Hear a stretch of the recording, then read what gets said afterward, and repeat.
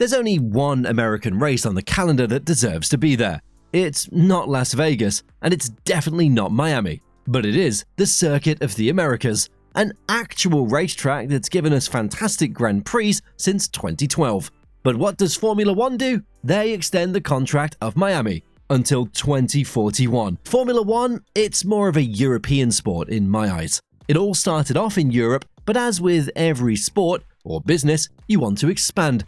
The world is bigger than just one continent, and that means there's more places that you can attend. It all leads to more viewership, more visibility, and ultimately, end goal, money. And because of that, Formula One wanted to conquer the USA, a country that loves sport, has the biggest brands, and therefore attracts a lot of sponsors. They kicked that off in 1959 with the United States Grand Prix at Sebring International Raceway in Florida. A fantastic circuit that is now well known for its endurance racing and especially the 12 hours of Sebring. But right now, it's less than ideal for Formula One.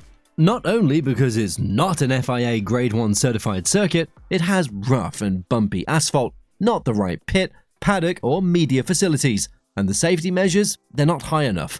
In 1960, they raced at Riverside International Raceway in California, a dangerous circuit that took many lives. It was a challenging and high-speed circuit, but it didn't match Formula One standards. They only raced there for 1 year, and the circuit was closed in 1989 and replaced by a shopping mall. In 1961, a more popular circuit joined the sport, Watkins Glen, a circuit located in New York that became the United States Grand Prix for 20 years, an old-school track that was loved by drivers and fans alike. Long straights, fast corners, and elevation changes were all part of it. But as with Sebring, bringing the track to Formula One standard would do more damage than good. After 9 whole years, we raced in Phoenix, a circuit that doesn't even deserve my attention, because frankly, nobody liked it. They left it in 1991. After another 9 years, Formula One made another attempt to conquer the USA. They went to the Indianapolis Motor Speedway. With 225,000 viewers, it was the biggest race of that time. We had decent races there, but also the reason Formula One died in the USA. For the 2005 Grand Prix, the Michelin tires weren't capable of handling the banking. Every team with those tires withdrew, and only 3 teams were at the start. An absolute disaster that ultimately led to another disappearance of the United States Grand Prix. But the American dream stayed in their mind, and in 2012, they hit the jackpot. A $400 million new circuit was finished. COTA, a circuit in Texas that took inspiration from Silverstone, Hockenheim, and Istanbul Park. Drivers, fans, and teams, they're all fans of it. It was the first track built for Formula One in the USA, and it was an instant favorite by many. And by now, you know what to do if I'm your favorite, right? Smash that subscribe button. But enough history lessons. Onto the real stuff. And oh boy, sit tight. This will be a bumpy ride. Because it's time for my real opinion about American Formula One and that atrocious contract extension of Miami. F1, it kept growing. The sport became more popular and got into the hands of Liberty Media, an American company that wanted to bring Formula One to the next level. And they did. But at what cost? The sport isn't recognizable and might even be on the verge of dying. They knew the sport had a lot of potential, it just needed to come closer to the fans. Those fans, they need a connection with the sport, drivers and teams, and when they are that much invested, growth happens. A Netflix documentary literally launched the new Formula One. Fans gained insight behind the scenes, the drivers became more accessible, and Formula One events turned into mini festivals. Social media, that helped too, because everything was shared online, not only by the sport itself, but the drivers and teams also. A sport that was driven by engineering became the biggest marketing tool in the world. It wasn't about the cars anymore. We've seen the sport grow from a niche to one of the most popular ones, and that isn't too bad. But the American dream, that is. The previous owners, they tried to bring Formula One to a bigger podium. They did that with the Circuit of the Americas. But what would be even better? More American Grand Prix. America is a big country with only one race. You can't give every American the Formula One experience. It's too big for that. So, does the country need multiple Grand Prix? That is absolutely fine. There are enough circuits in the country. I've mentioned Sebring, Watkins Glen, and Indianapolis. All those circuits, they could work, but as I've mentioned earlier, it won't happen. Not only because the first two need to upgrade almost everything, taking away their character, it's also not doable because of the cost associated with hosting Formula One Grand Prix, and that's why we don't race at Indianapolis. But how can they solve that puzzle then? Formula One is booming in the USA, with an average of 1 million viewers every race weekend. It's the country with the largest potential, suits the glitz and glamour, and has every opportunity to bring fan engagement to the next level. So, what did they do? They announced the Miami Grand Prix, and I was already mad when I read that. Miami, well, it's the ultimate, oh my god, see me, I'm popular place in the world. Everything is all about just being seen, showing off, and other nonsense. And to make it even worse, it's a street circuit. A circuit around the parking lots of the Hard Rock Stadium.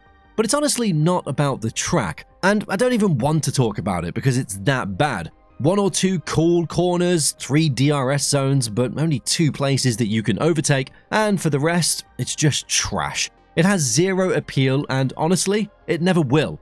The Miami Grand Prix, let's be honest, it's about glamour, with large hospitality suites, extensive fan engagement, and even a fake marina. It's focused on the party vibes of Miami, not the Grand Prix action. The paddock, that's a celebrity wasp nest that doesn't even know what Formula One is. But they've made it even worse by announcing a Grand Prix at Las Vegas, the track that looks like a pig, a night race driven over the Las Vegas Strip, and once again, entertainment focused, something I'm sick of and just needs to stop. It's another Miami Grand Prix, but in Vegas. It's not focused on Formula One. They're once again focused on the show, not the racing. It has so many show elements that I've lost count, and I do have to admit, racing, it's not the worst in Las Vegas. Both races, they were decent, and some of the old school tracks are worse in that regard, but that's not my problem with it. In fact, for the racing, it might even deserve a place on the calendar, dare I say. I got a lot of comments on my What Happened to the Formula One calendar video about my opinion of deleting the track, but that opinion, it's still going strong, and I'm going to explain it. My problem? It's with the vision of Liberty Media and Formula One as a sport. They wanted to grow the sport, which is fine, but why on earth are you validating a track or place to host a Grand Prix based on a show rather than racing? Yes, without fans, no Formula One, no money, and that will ultimately end up with the sport dying. But as a sport owner, investing $500 million in a Grand Prix at Las Vegas, putting Spa in a rotation system, and not even considering circuits like Istanbul Park and Sepang, that's the moment you make me mad. You can't be serious about Formula One as a sport and invest that amount of money in a new venue that isn't even wanted by the local citizens. I'm all for exploring new venues, but not at the cost of losing the old ones that are valuable. Formula One clearly doesn't agree. From the start of the Miami Grand Prix in 2022, there were a lot of critics. That didn't go away after the first edition, not after the second or third one either. But we got gifted a 16-year contract extension of that terrible place. But according to Stefano Domenicali, Miami has established itself as one of the most important and spectacular events in just 3 years. Is that spectacle in the room with us? Yes, I know what some of you will say.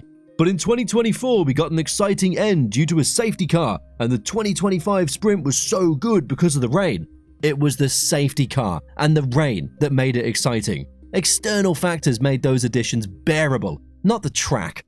The main problem is the sport being focused on the show, popularity, and the money. I get it, it's a business, and therefore they need to grow. But come on, you can't put a track like Spa in rotation, not even think of a Grand Prix at Sepang or Istanbul Park, and then do a $500 million investment in a Las Vegas Grand Prix that absolutely nobody asked for.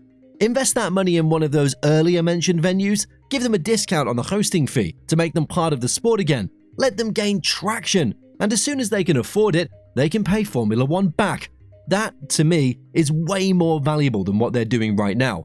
And if you want to invest so much money in a Grand Prix, give us a COTA 2.0. Another circuit like that is something that I, and many more with me, will love.